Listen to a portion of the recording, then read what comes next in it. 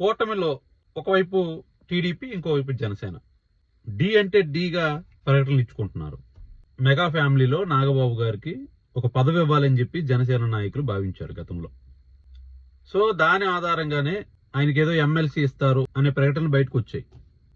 ఈలోపు ఈనాడు ఒక ఆర్టికల్ రాసింది, నాగబాబు గారికి కార్పొరేషన్ చైర్మన్ పదవి, ఏదో కార్పొరేషన్ చైర్మన్ పదవి, దీనికి పవన్ కళ్యాణ్ గారు కూడా ఏకీభవించారు అని ఒక వార్త. ఇంకొక వార్త ఏంటంటే నాగబాబు గారు రాజ్యసభకి వెళ్తారు, అది ఏబిఎన్ ఆంధ్రజ్యోతిలో వచ్చింది. చంద్రబాబు నాయుడు గారికి ఏదైనా చెయ్యాలంటే వాళ్ళ మీడియాతో హింట్స్ ఇవ్వడం, దాన్ని అధికారికంగా పని కానిచ్చేయడం. ఇది గ్రహించిన పవన్ కళ్యాణ్ గారు అఫీషియల్ జనసేన పేజ్ లో ఒక వార్త వదిలారు, నాగబాబు గారికి ఎమ్మెల్సీ కన్ఫర్మ్ అని చెప్పి.